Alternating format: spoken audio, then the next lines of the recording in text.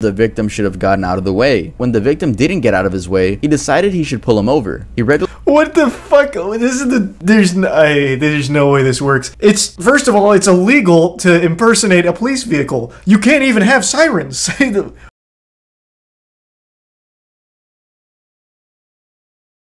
musicians, and he left out Ian Watkins, which is interesting. I'm imagining he did that because it's been covered a lot now, would be my guess. So he's probably looking for other ones that most people don't know. Hey guys, welcome back to another video. Today I'll check them out. I'll see what musicians made the cut. There is in fact no Danny DeVito in the back. Not forever. Just for this video and maybe the next one. But yeah, we got a Christmas tree. Woo, festive. Also, my album Ear Candy comes out next month. We're getting closer. We're getting closer. Finally gonna give you guys a package. You guys don't have to listen to Church Soda on repeat anymore. But yeah, like I've said before, there will be an Ear Candy album movie here on this channel. It will premiere live. And the album cover is officially released. Drum roll, please. Thanks, Princess. The album cover is actually on my Instagram. I'm not going to show it in this video. We're almost at 100,000 on Instagram. So that'd be amazing if you guys could go follow it. And also in news of the channel, we actually hit 100 million views. Thanks, Tier 1 Looter. Give it up for us, man. We did that. 100 million views in total on this channel. Thank you guys so much. That's a lot of people looking at me, judging me behind the screen. I know you judged me behind the screen. Do you guys remember my hard drive video that I released like I think 2 or 3 weeks ago? Well, I got limited ads. Boom. I'm not gonna make a big deal out of that, but I will say a big thank you to today's sponsor. A lot of my videos just get straight limited ads. Do I check the NORAD Santa tracker? For companies that want to sponsor the channel. And today's sponsor is Casetify. Casetify is the world's most popular tech accessory brand, known for their protective phone cases made from 65% recycled materials. No, it's about evil musicians, so it's going to be their crimes, not their shitty music. Your individual style. Well, I don't even know if all the music is shitty. I think I saw Johnny types that offer high levels of protection, style, and sleek yourself however you want to. Didn't we watch this? No, he just posted this. That you can attach to your phone. I just made a video on the most evil musician. I genuinely love this brand, and it actually has saved my phone a couple times. Make sure to go to casetify.com/tub today to get 15% off your order. Thanks again to Casetify for sponsoring this video. Alright, now let's get started with the video.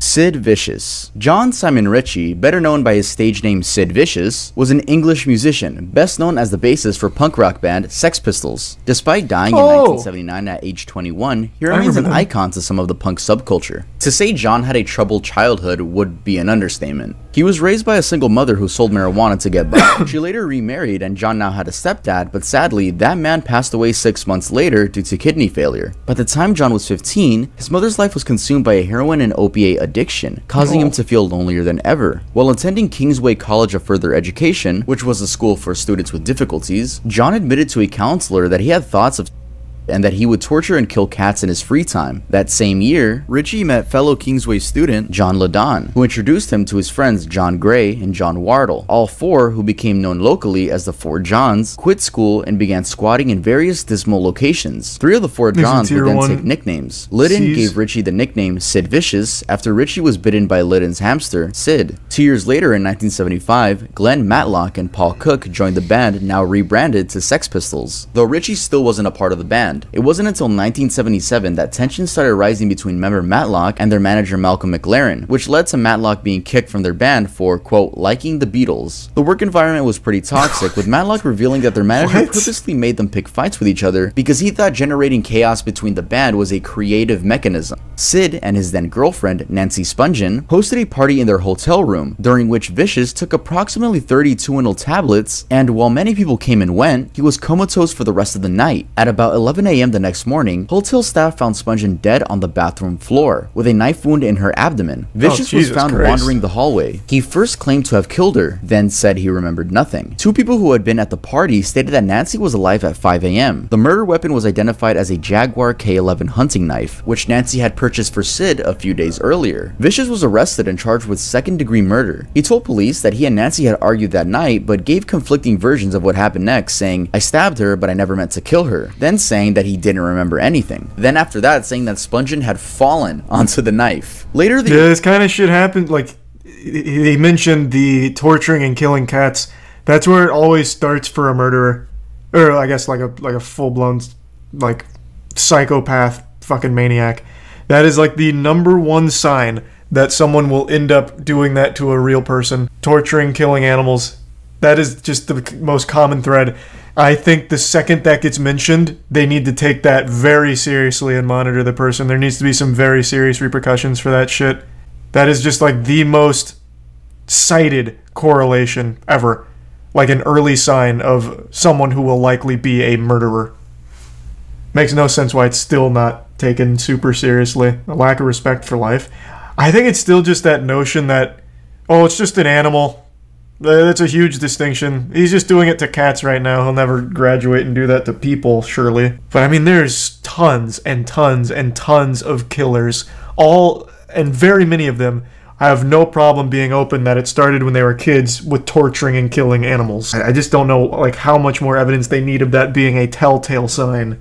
The situation was a bit hard to get out of because Richie admitted to stabbing her. His manager, his mother, and his label were able to get a top-tier lawyer which arranged for Richie to be released on a $50,000 bail, with conditions that he wouldn't leave New York and that he'd sign in daily at the 3rd Homicide Unit offices. All legal costs were covered by Virgin Records. Just 2 months later, Richie found himself in another case when he was flirting with Todd Smith's girlfriend. No, not that Todd Smith, but he was flirting with a man's girlfriend, and when Smith told him to back off, well, Richie broke a beer bottle and jammed it into his face, leading to Smith getting 5 stitches and Richie being arrested and charged with assault. In January 1979, Richie would be released on a $10,000 bail. In the morning of February 1st, 1979, after completing his detoxification program, Richie was released from Rikers Island Jail. When he arrived in Manhattan, he met his friend Peter Gravel. Vicious asked Gravel to find him some heroin, and Gravel brought $200 worth of the drug to the apartment. Gravel said that they sat around doing drugs and he left at 3 a.m. when the hard drug use began. He noted that Vicious was already nodding off, but he also said that Robinson, which was another friend of theirs, gave Vicious 4 Quaaludes to help him sleep. Vicious died that night of a drug overdose. Deborah Spungen, who is Nancy's mother, claimed that Vicious wrote a letter to her when he was hospitalized saying, "We always knew that we would go to the same place when we died. We so much wanted to die together in each other's arms. I cry every time I think about that. I promised my baby I would kill myself if anything ever happened to her, and she promised me the same. This is my final commitment to my love." No one's ever gonna know if Richie actually overdosed on purpose to meet Nancy again, or if he genuinely accidentally overdosed. Chuck Berry. Charles Edward Anderson Berry was an American singer, songwriter, and guitarist who pioneered rock and roll. Nicknamed the father of rock and roll, he refined and developed rhythm and blues into major elements that made rock and roll distinctive with songs such as Maybelline, Roll Over Beethoven, Rock and Roll Music, and Johnny B. Good, which was featured on the classic Back to the Future. Writing lyrics that I'll be honest, the main thing I know Chuck Berry for is that performance with John Lennon where Yoko starts banging a drum and making outrageous noises into a mic and he looks extremely shocked and uncomfortable. That's like the most I know about Chuck Berry and Yoko Ono. Well, Yoko Ono doesn't even know what the internet is. Yoko Ono still does that shtick. She's lived her whole life around this idea that people like to hear her make goofy noises. I will never forget that, I think it was 2016, 2015. She went to like an art museum and had her own exhibit where she just grabs a mic and goes,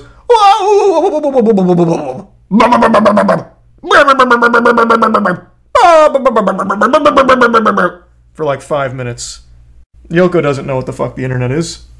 Peak fame when Charles was 61 in 1987, he was charged with assaulting a woman at New York's Gramercy Park Hotel. He was accused of causing lacerations to the mouth requiring 5 stitches, 2 loose teeth, and contusions of the face. He pleaded guilty to a lesser charge of harassment and paid a $250 fine. 3 years later in 1990, he was sued by several women who claimed that he had installed a video camera in the bathroom of his restaurant. Berry claimed that he had the camera installed to catch a worker who was suspected of stealing from the restaurant. Although his guilt was never proven in court, Berry opted for a class action settlement. One of his biographers, Bruce Pegg, estimated that it cost Berry over $1.2 million plus legal fees. His lawyers claimed that he had been a victim of conspiracy to profit from his wealth. Reportedly, a police raid on his house found intimate videotapes of women, one of whom was apparently a minor. Also found in the raid were 62 grams of marijuana. Felony drug and abuse charges were filed, and the abuse charges were eventually dropped, and Berry agreed to plead guilty to misdemeanor possession of marijuana. He was given a 6-month suspended jail sentence, placed on 2 years unsupervised probation, and was ordered to donate $5,000 to a local hospital. Still don't know why the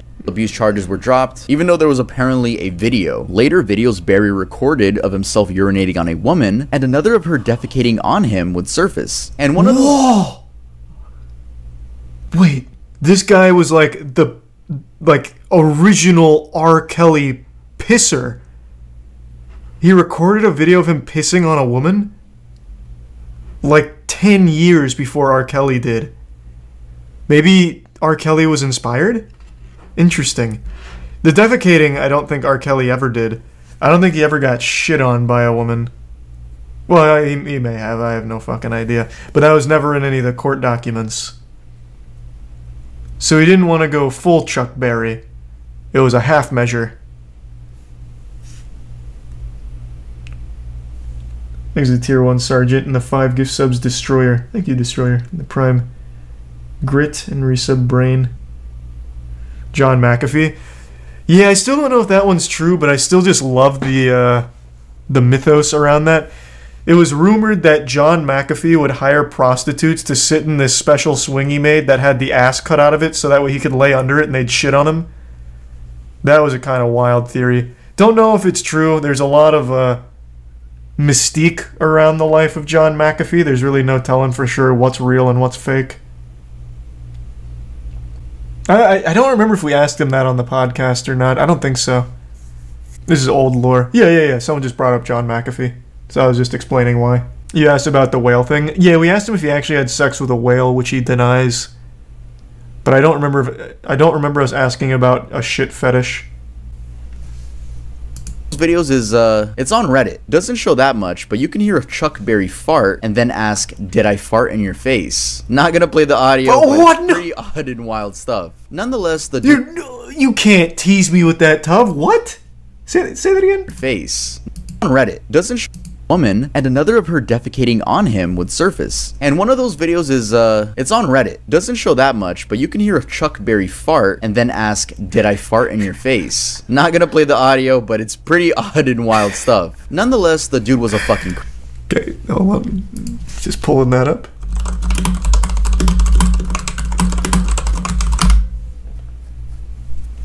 This is called Classic Video Chuck Berry Farts on Prostitute. Okay, I don't know how crude the audio is, so I'm going to mute for a second and listen to this.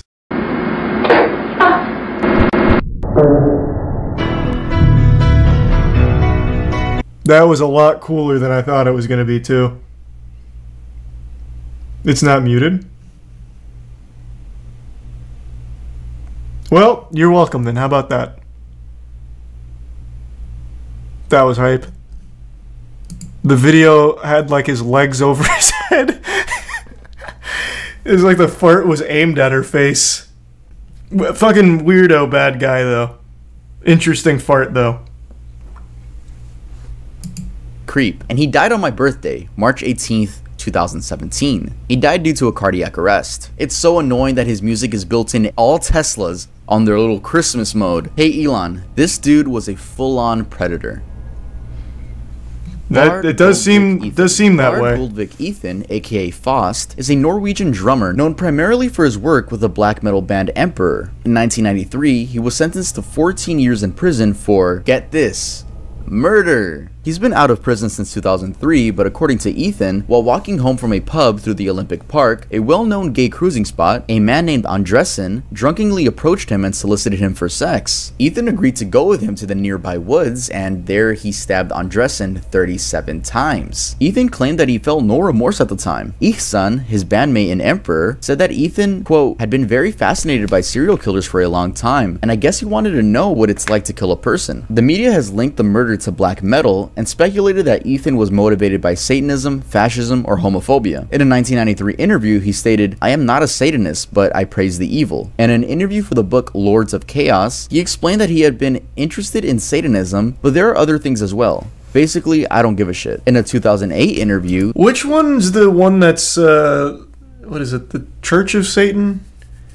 I don't remember. One of those that's called Satanism or something to do with Satan is actually just kind of about, like, loving yourself or some shit. I don't think it's this one. Whatever this guy's talking about. But which one is that?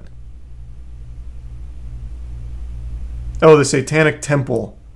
Ah, okay. The Satanic Temple. Yeah, because that one is apparently just all about, like, self-love and not worrying about, like, greater powers. something like that. Thanks to resub Milky and Pupil. Ethan said, "I was never a Satanist or a fascist in any way." In a 2012 interview, he said, "I never had any racist or homophobic views." Gal, who was an openly gay member of the Norwegian black metal scene, said that Ethan was the first person to send him a message of support when he came out. Police initially had no suspects, and Ethan remained free for about a year. However, he told Oystein Euronymous Arseth, Varg Vikernes, and a few others what he had done. Damn, those names are crazy. Oystein murder in 1993, which we will talk about next, Ethan was arrested and confessed to killing Andresen. In 1994, he was sentenced to 14 years imprisonment, but was released due to good behavior in 2003 after serving 9 years and 4 months. Isn't that wild? Murder is still something that you can just serve your time and come back from. I guess maybe there was some level of rehab at that particular prison. That'd have to be some fucking crazy rehab. Guy just randomly murders someone. I don't really know how you solve that problem. But then there's people that have marijuana charges that will never see the light of day again. Apparently marijuana is something you can never rehab out of. Isn't that fucking crazy? Yeah, true. I guess maybe it's just something with the prison system over there that's different here. I don't know. Still, though, I just find that to just be very sad.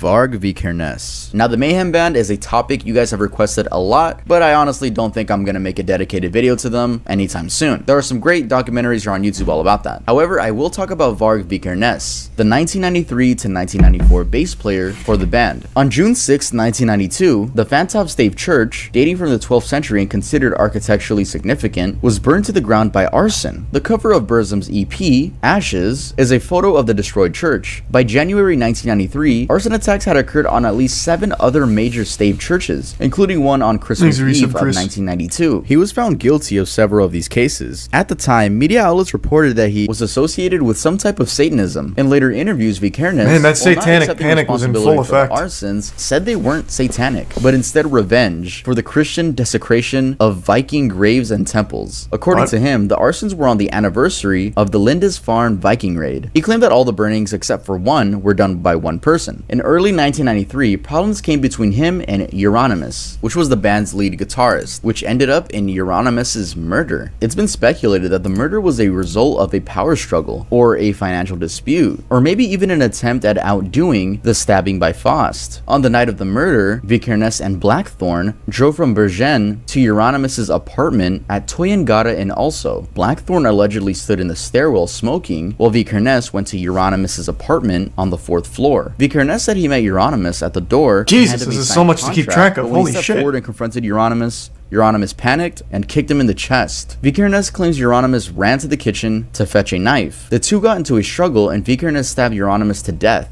His body was found in the stairwell on the 1st floor with 23 stab wounds, 2 to the head, 5 to the sounds neck, like self-defense to me. The back. After the murder, Vikernes and Blackthorn drove back to Bergen. On the way, they stopped at a lake where Vikernes disposed of his blood-stained clothes. Vikernes was arrested on August 19, 1993 in Bergen. The police found 150 kilograms of explosives and 3,000 rounds of ammunition in his home. On May 16, 1994, Vikernes was sentenced to 21 years in prison, Norway's maximum penalty. The murder of Euronymous, the arson of 3 churches, the attempted arson of a 4th church, and for the theft and storage of 150 kilograms of explosives. Though Vikernes only confessed to the theft and storage of the explosives, 2 churches were set on fire the day he was sentenced. Vikernes continued with his band Burzum, which included one other member, Samath, after his release. He released 3 further black metal albums, Bellis in 2010, Fallen in 2011, and Skiptar in 2012, and a compilation of re-recorded songs. In the years following his release from prison, Vikernes became an active video blogger on his YouTube channel, which was called Thulian Perspective, but YouTube removed his channel from the platform in June 2019. But by that point, the channel had 250,000 subscribers. So there's a chance if he redeemed the 100,000 subscriber play button, that YouTube gave a murderer a play button. I'm talking about a murderer that already killed someone. Not like a YouTuber that ended up killing someone. Like they rewarded a murderer with a 100k play button. Varg Vikernes, født 11.2.73, dømmes til en straff av fengsel i 21 år. Well, that's 2 people here that are now out after murdering somebody. Huge. Wow. Johnny Cash was an American country singer-songwriter. Much of Cash's music contained themes of sorrow, moral tribulation, and redemption, especially in the later stages of his career. He was known for his deep, calming voice, kinda like me. In Los Angeles in the summer of 1965, Johnny Cash was living in the wilderness of Southern California. Was that a G-flat? When he sparked a wildfire with his overheated truck. It blazed through more than 500 acres and threatened the lives of endangered condors. This took the lives of 49 condors, and there were only 53 condors in that entire forest. Sad, because in 1987, the California condor was officially declared extinct in the wild, and it's safe to assume Johnny Cash had a lot to do with it. When asked by a judge if he started the fire, he said, "My truck did, and it's dead, so you can't question it." He ended up settling the case for $82,000, or about $500,000 in today's dollars. When held legally responsible by investigators, Cash made lovely statements such as, "I don't care about your damn yellow buzzards." Yeah, he was definitely feeling pretty remorseful. If you guys are looking for ways to support the channel other than just watching the videos, what a piece of shit! It's already enough. Thank you so much. You can also buy from Johnny the Cash brand. music. The website is I didn't know he was such a douche. And we currently have our Christmas collection. You can follow us over on Instagram as well. We have a new comic. We upload a lot of comics, so if you wanna go see the adventures of Earl, you can go check it out. Everything from the Christmas collection will leave on New Year's, so these are very limited. We're never gonna sell these again. Next year it'll be different Christmas collection. These designs are limited. Yeah, if you want to support the channel, if you want to look cool, if you want to get a special gift for a special someone, make sure to shop at Earl Doesn't Exist. Sucks, but it's not murder. Oh yeah, it's definitely not murder. Make sure to use code EARL20. I mean, I guess it is murder. Off 49 condors. This will expire on January 1st. Not intentionally, but next topic. Still. Ozzy Osbourne. John Michael Ozzy Osbourne is an English singer, songwriter, and television personality. He rose to prominence during the 1970s as the lead vocalist of the heavy metal band Black Sabbath. On February 19th, 1982, Osbourne had a few too many drinks and ended up stumbling on the street in nothing but his girlfriend's dress. He was in a dress because she hid all his clothing in order so that he wouldn't go out anymore, but Ozzy being Ozzy, he just put on her dress and left. He ended up taking a leak and thought nothing of it, and it was later revealed that Ozzy peed within the Alamo Plaza, not the Alamo itself, but still pretty disrespectful as it's quite literally nicknamed. I actually remember this. It holds this status because it represents the Battle of Alamo, which was a pivotal event in the Texas Revolution following a 13-day battle where Mexican troops reclaimed the mission, killing most of the occupants inside. Police arrested Ozzy, who spent part of the afternoon in a local jail on charges of public intoxication. He was later freed that evening on a $40 bond and performed at the city's Hemisphere Arena Convention Center. This also led to him being banned from playing in San Antonio, Texas for 10 years. Once those 10 years were up, a sober Ozzy came back and gave a proper apology. He was allowed back in 1992. What? Are they speaking through a waterfall? What is that?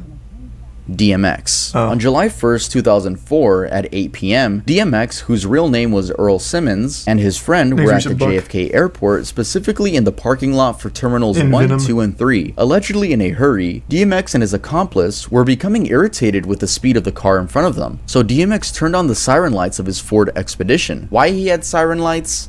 I don't even know. DMX pulled That's so hype though. And keep in mind, the dude was with his wife and his daughter. DMX told the guy that he and his friend were FBI agents and attempted to drag him out of his own car. After failing to do so, DMX returned to his vehicle and crashed through a gate, where he was then arrested by Port Authority police and found with multiple rocks of crack cocaine. DMX and his friend, whose name is Jackie Hudgens, were charged with cocaine possession, criminal impersonation, criminal possession of a weapon, criminal mischief, driving under the influence of drugs or alcohol, also for claiming being a federal agent and attempting to carjack a vehicle. The victim was originally seeking compensation in the amount of $4 million from DMX. DMX's attorney, Rich Cord, spoke on behalf of his client, explaining that the rapper felt he was justified in pulling the victim over and making a citizen's arrest. He went on to say, his vehicle looked like it was a police vehicle, and he believed the victim should have gotten out of the way. When the victim didn't get out of his way, he decided he should pull him over. He read What the fuck? This is the... There's no way this works. First of all, it's illegal to impersonate a police vehicle. You can't even have sirens. What do you mean? Like, that's already a crime. Like, a literal crime. I do love the excuse, though, that he actually wasn't trying to, like, steal their car. It was a citizen's arrest. I like that. That's an interesting angle. I like that one. That's good RP. You can buy sirens but can't use them. I don't even know where the fuck you can get sirens. I thought it was literally illegal to have sirens on top of your car unless you are a police officer. You can't flash red and blues. You can have, of course, like workers' lights and all of that, but you cannot flash red and blues. I think that's literally illegal. Amazon. Well, yeah, I guess you can get like toy ones and slap them up there. It's illegal to do, but you can still install LED lights. Well, yeah, you can still have, like, some kind of lights. I'm saying you cannot be, like, siren. You cannot... I don't even think you can have fucking red or blue headlights for that very reason. Am I right or wrong with that? You cannot flash anything red or blue because you cannot be mistaken for a law enforcement officer. It's illegal. Fucking hype, though, that for some reason he had law enforcement sirens for his vehicle. That's cool, I guess. DMX was just above the law. He was the law. Parole. Here's a clip of DMX talking about it on The Breakfast Club in 2012. I was rushing for a flight. Right. And this dude in the raggedy ass Honda, he driving wild slow. Right. Now usually if I'm in a rush, you know what I'm saying, and I'm in that truck, I hit the lights and, you know, throw the siren or whatever, and they get out the way. Right. But he was just totally disrespecting my authority. Not that I really... What authority? I didn't really have the authority. But what if I really did have the authority? Right. So you threw the light on. Yeah, I threw the light on. So you just have sirens in your car? Well, that one, yeah. That one, yeah. I think that made you feel like you had more authority than you actually had. What? Rick James. James Ambrose. What the fuck? It sounds like they actually just gave him a law enforcement unmarked vehicle. What the fuck you mean? I just threw on the sirens. That's so wild. Yeah, I mean, at that point, goddamn, he basically was just like an unsworn-in officer. Johnson Jr. was an DMX American is his own precinct. songwriter, musician, and record producer. Born and raised in Buffalo, New York, James began his musical career in his teenage years. I only know Rick James from Chappelle's Show. US Navy Reserve to avoid being drafted into the Army. In 1964... Oh, I also know his iconic interview where he's like, cocaine's a hell of a drug. That's it. That's all I know about Rick James. What do the 5 fingers say to the face? Slap. And Charlie Murphy. Man, this has been a night of, like, remembering old Chappelle Show moments. That show was so good back in the day. Fuck me. I'm Rick James, bitch. I know literally nothing about his music or him as a person, though. In 1981, James released his most successful album, Street Songs, which included career-defining hits such as Give It To Me Baby and Super Freak. By the Wait, what? Whoa, wait. Rick James is Super Freak? Oh, okay. So I definitely know of his music. I just didn't know it was him that made it. Oh, I had no clue. I love that song. That song went so hard. He was heavily addicted to cocaine and later admitted to spending $7,000 a week on cocaine for 5 years straight. Cocaine's a hell of a drug. On August 2nd, 1991, James and his girlfriend Tanya Hijazi were arrested on charges of holding 24-year-old Frances Ali hostage for up to 6 days, tying her up, forcing her to perform sexual acts, and burning her legs and abdomen with the hot end of a crack cocaine pipe. All of this during a week-long cocaine binge. Ultimately, James untied the victim, and she fled his house, eventually checking into Cedars-Sinai Medical Center in Los Angeles, where her injuries were brought to the attention of police, and her story unfolded from there. Sadly, many of the allegations made by Ali were not upheld. Due to his strong legal defense team, James managed to avoid life imprisonment after being cleared of the torture charge. You see, this is only one of the many stories when it comes to Rick James being a horrible person. And it didn't seem like Rick James was apologetic, as when another one of his victims was recounting what she went through with him, he was seen audibly snoring in the courthouse. Other stories include minors, which I'd rather not talk about. This is another one of those things that people just seem to not talk about. Oh, holy Frank Sinatra. There is a very famous picture of Francis Albert Sinatra, aka Frank Sinatra. This image is the infamous mugshot photo, and who would have thought that one of the world's best-selling music artists' arrest was, well, for a crime that doesn't even exist anymore. And what was that crime, you may ask? Seduction. This charge was usually applied when a man convinced an unmarried woman of good repute to engage in an inappropriate encounter with him. There was generally a promise of marriage that would never actually come true, thereby ruining the woman's reputation. It was basically when a man would lie to a woman of high standards in order to fuck her, usually promising marriage. In other words, the official crime for all the 1930s busters with Riz. Oh my damn. God. It may actually caught a Giga Chad charge. 23-year-old Sinatra found himself in that situation, and he was officially arrested and booked for seduction. The charge was eventually dropped, and it was later discovered that the supposedly single woman was in fact married. Later that year, the original charge was revised slightly, and Sinatra was again arrested, this time for adultery. Adultery is legal punishment for cheating on your spouse whom you're married to. It's a really outdated law, which some states are actively trying to get rid of. These states include Alabama, Arizona, Florida, Georgia, Idaho, Illinois, Kansas, Massachusetts, Michigan, Minnesota, Mississippi, New York, North Dakota, Oklahoma, South Carolina, Utah, Virginia, so like all the states. Wisconsin. I mean, this is a pretty lighthearted one on the list. I know the woman still cheated, and I feel bad for whoever her husband was, but imagine if this mugshot was for something way more heinous. Imagine it was like Frank Sinatra mugshot for robbing blind old lady, then pushing her in front of a semi-truck. It just wouldn't feel right. Yeah, I mean, I'm glad it wasn't anything too bad from Frank Sinatra. What an actual wild charge. There was a time where it was illegal to have game. Jesus Christ. Hey, sorry to hear about that, Sinatra. But also, congrats and good work. Elvis Presley. Elvis Aaron Presley was an American singer and actor, dubbed the King of Rock and Roll. He's regarded as one of the most significant cultural figures of the 20th century. His energized interpretations of songs and sexually provocative performance style led him to both great success and initial controversy. He became insanely famous with Heartbreak Hotel, which was his first #1 hit, being released in January 1956, and he quickly became a star. In Joel Williamson's book, Elvis Presley: A Southern Life, he writes about Elvis's life on the road, including his time spent with teenagers. Williamson wrote that while on tour, Elvis preyed on a group of 3 14-year-old girls who would pillow fight, tickle, wrestle, and kiss Elvis, who was 22 at the time. He also met his wife when he was 24. She was 14. Though they got married when she was 21, they claimed they never had sex. This has been questioned by many people, even to the point where a book has been written about it. Multiple books, actually. Now, Elvis was never charged with anything regarding these relationships, but he should have been, and I'm sure we can all agree on that. I never heard that. Thank you guys so much for watching the video. If you liked it, make...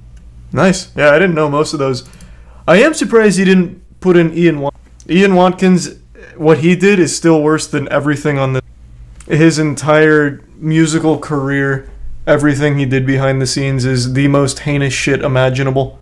But yeah, I think the reason he probably didn't bring that one on is because of just how dark that is. Like, there is murder on here with these two in the middle. But I think Ian Watkins had so much, and all of it is so unbelievably fucked up. Like, the most disgusting things imaginable, that Tuv probably just decided that's a little much for this, would be my guess. Yeah, also no G.G. Allen. The biggest pedophile in music history. His charges include a ton of horrible things. The one that is probably the most shocking that most people know is the attempted rape of a baby. So yeah, I think the reason Tuv didn't include him in this list is because it's a lot. It's a lot.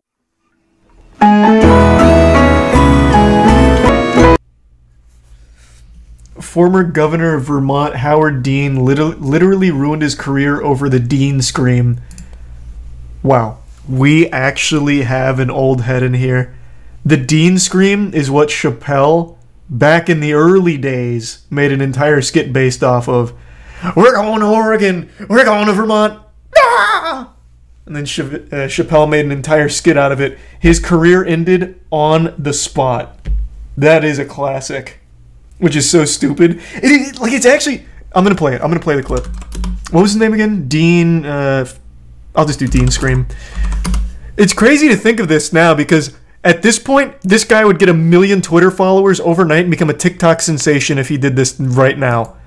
But this ruined his entire political career. This one moment. This one goofy scream.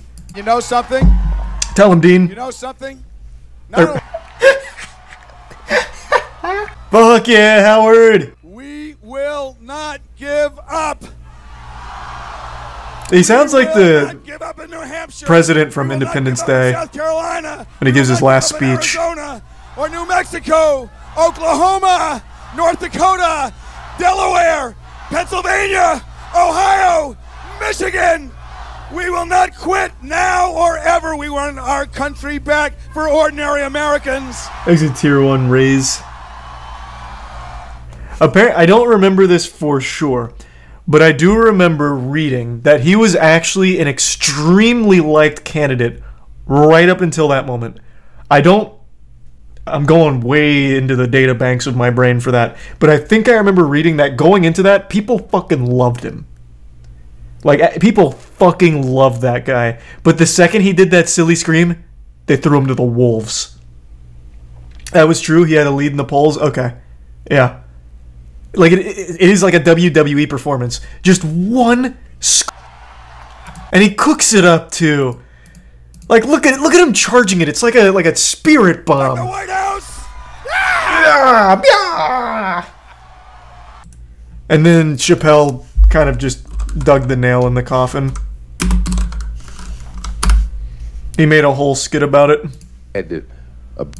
We're going to South. Just kept on with it. This one. Howard Dean finally, God rest his soul, had his political career ended. Just one scream. Ahead of his time, though. Like I said, if he did this today, he would be extremely popular for it, and he'd get a lot of new fans. Is he alive? I don't know. I always just assume when I stop hearing about, like, big celebrities that they're dead.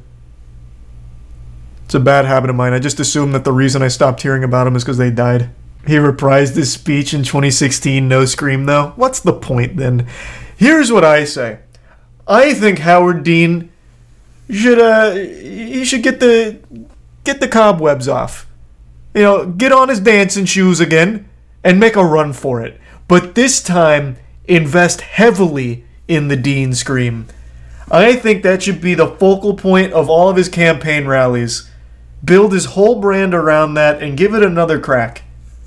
You could be his running mate. Yeah, I don't want to be his running mate. I'll be his campaign manager. I'll design his appearances.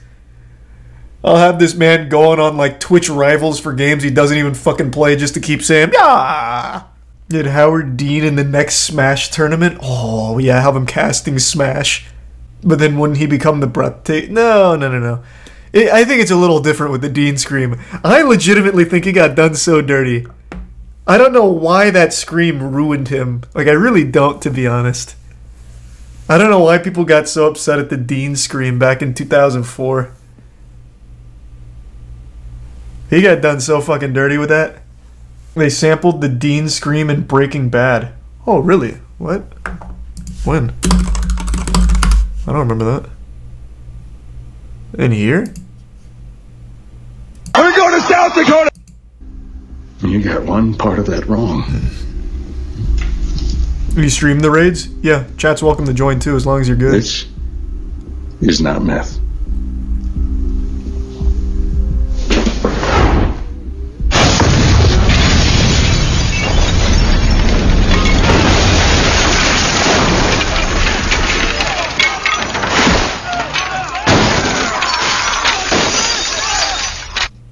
Was that actually in the show?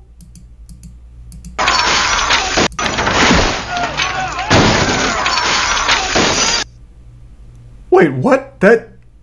No shot. This has to be a meme, right? Why? Like, that doesn't even fit here.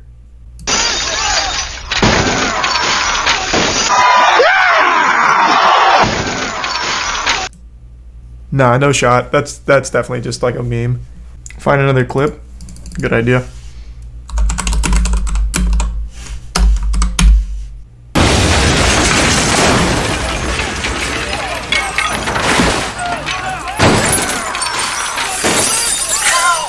No way! What? Why is that even there? No one's even talking about it. What the fuck is the... What? That had to just be there as a joke. What the fuck? Yeah, it had to just be like a little joke with the crew. Yeah, I mean, it adds fucking nothing to the scene at all. Like, it's just a random sound effect. It's like the whip cracks in Johnny Test. They must have just like been like laughing about this and threw it in.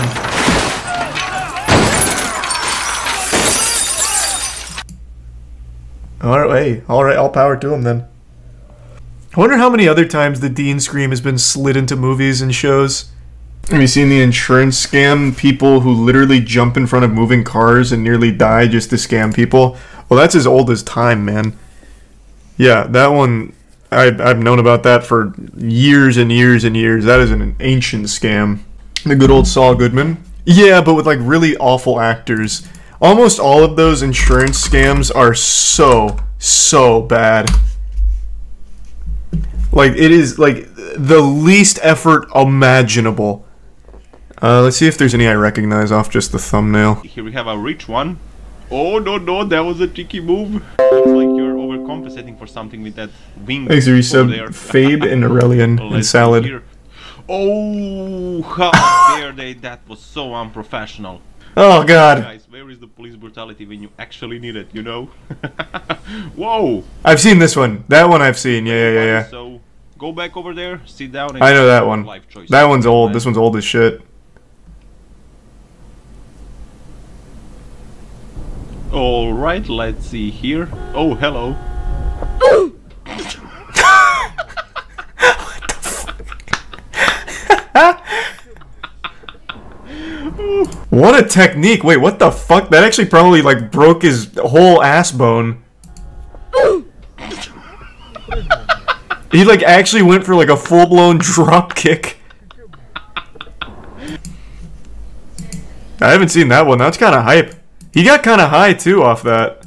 Oh, hello. Like, that's not a bad vertical leap at all. Good shit. Yeah, I got the double leg drop kick.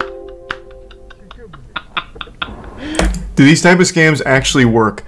I have to imagine at like a very small level, like 1 or 2 times it'll work. But 9 times out of 10, no. This is the Prime Chester. That's why you want a dash cam. Yeah, dash cams are super important. But even if you don't have a dash cam, there's just cameras everywhere now.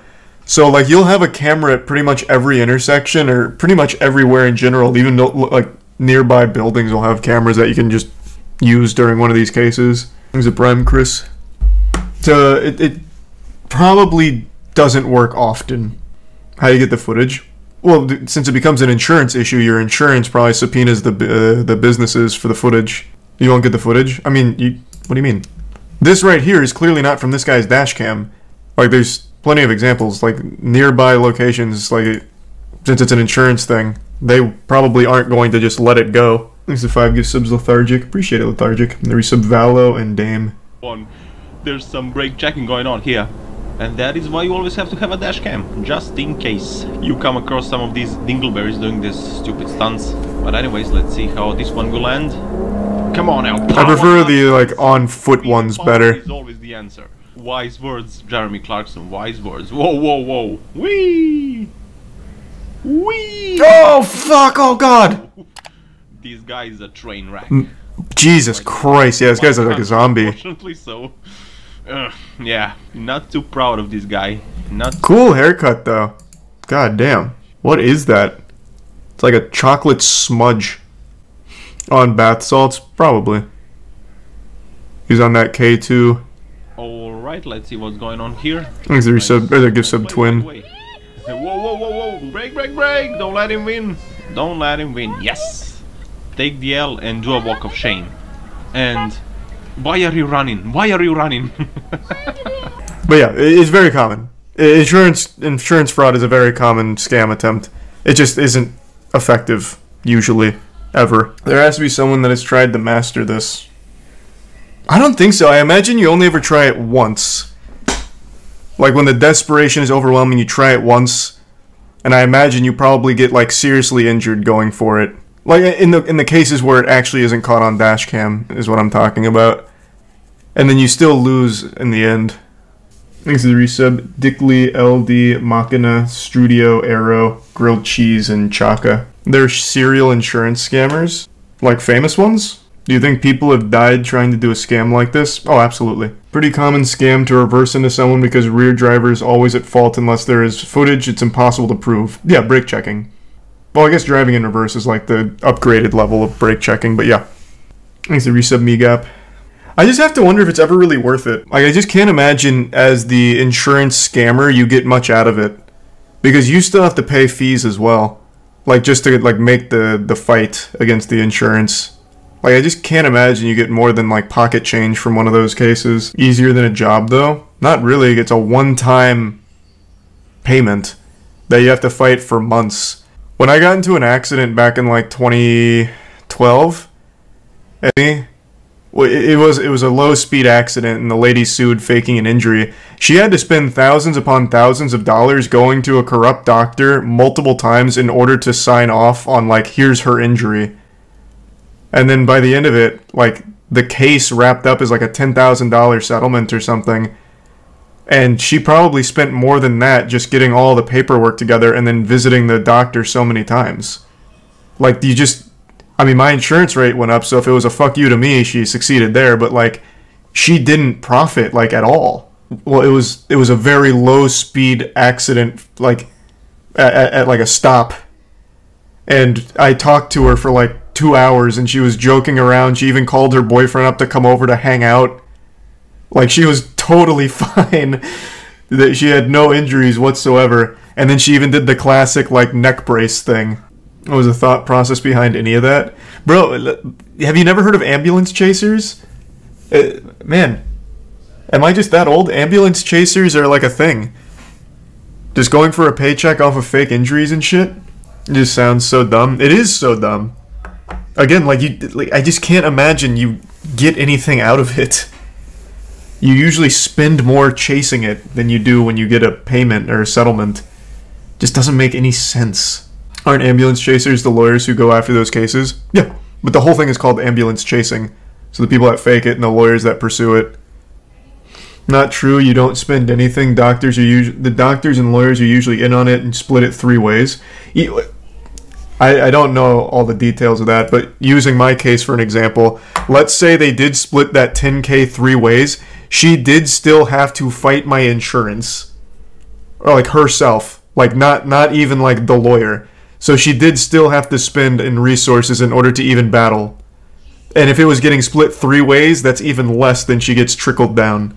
A friend of mine had a corrupt doctor. He didn't even have to go to PT. He signed off on it and got a free 3K from doing something similar. I don't doubt, like, all that's, like, accurate. The doctor she went to apparently was known to the insurance company as, like a quack who does this shit regularly. You finished Slippin' Jimmy. No, man, I'm not a fucking idiot. Why would I have watched Slippin' Jimmy? You're talking about the cartoon, right? This is apparently a disaster. Like, an absolute disaster. I also hate the art style. I can't stand this style. What is this? This was a Better Call Saul spinoff. And, man, what a piece of shit. I watched the trailer, and that's all I needed to see. Looks like Big Mouth. Yeah, everything is starting to look like Big Mouth. It's the cheapest and fastest animation.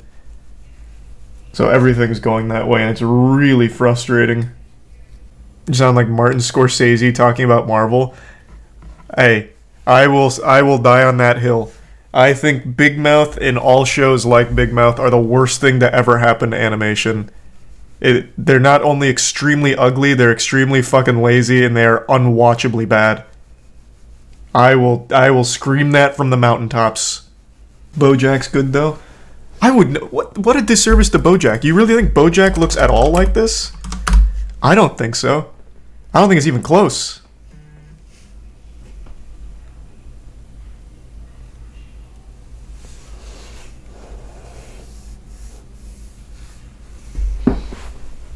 BoJack looks terrible. Okay, you can talk about, like, the prettiness of its art style, that's fine. But to compare it to, like, the Big Mouth style, I think is very dishonest.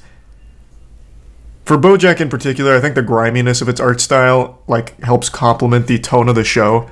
But that's just me. You can find it ugly all you want, that's totally a fine, fair critique. But to compare it to, like, Big Mouth style, I think is just wrong. Who is Slippin' Jimmy even for? That's what I said when we first watched this. Like, it's not like kids are super into Breaking Bad and Better Call Saul. So I don't think it's going to be geared at kids. But it also has a very childlike tone to it. Like, it's not like an adult animation, it's very childish. So, like, I don't know who the audience was. Looks like it aired on Quibi. Any reference to Quibi gets at least a little bit of a nod from me. Shit's a deep cut. The fuck is Quibi? It's so beautiful seeing no one remember Quibi. This only existed... We watched the whole video on it, but I think this only existed for, like, a year. If that. And it got, like, billions of dollars pumped into it, and they had so many big celebrity names attached to it. It was basically supposed to be a platform where it had, like, shorter form content from celebrities, but with a production value of, like, a full movie. So they had one thing on Quibi with, was it Chris Hemsworth? It's because of COVID that it flopped. Oh, that's some cope. Were you one of the shareholders or something? No, this shit was dead on arrival, really. There was no interest from, like, the majority of people. It was just kind of like a misguided platform that didn't really know what its niche would be or what its audience wanted. I'm sure COVID didn't help, but I don't think that's the sole reason for its downfall. Wouldn't COVID have helped? No, because, like I said, their whole thing was like big quality, like high quality, expensive productions, like vertical, short form productions. And since COVID was shutting down productions, they couldn't pump those out. So COVID wouldn't have helped them with creating content. So that would have absolutely been a bit of a hindrance, I imagine. Made a platform for a product no one is interested in. Yep, that was kind of just a big issue. Like, who the fuck wants to see a 30-minute Liam Hemsworth vertical video movie? Like, is this one of those things where it's like no, there's no real audience for it?